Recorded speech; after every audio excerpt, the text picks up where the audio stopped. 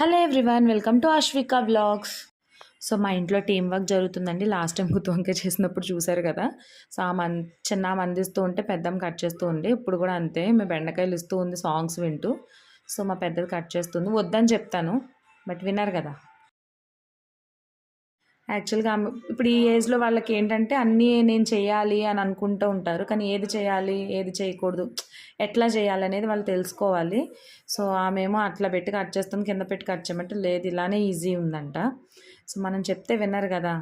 చెప్పినప్పుడు వినాలి అన్న మాట ఎప్పుడు అర్థమవుతుంది, ఆగినప్పుడు అవుతుంది. సో యాక్చువల్గా తెగింది. కానీ యాక్చువల్గా ఏదన్నా దానికి నచ్చి చేయాలనిపిస్తే మాత్రం ఫస్ట్ ఉంటుంది.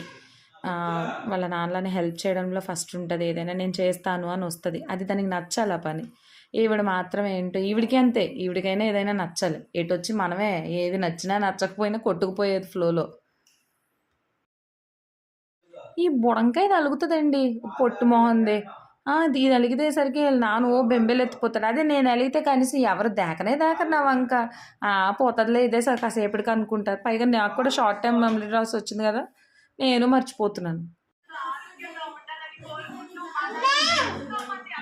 సో పాపం కట్ అయిందండి, చెప్తూనే ఉన్నాను అలా కట్ చేయొద్దని. యాక్చువల్గా నేను సరే పప్పు చారు చేస్తున్నాను, పెసరపప్పు చారు.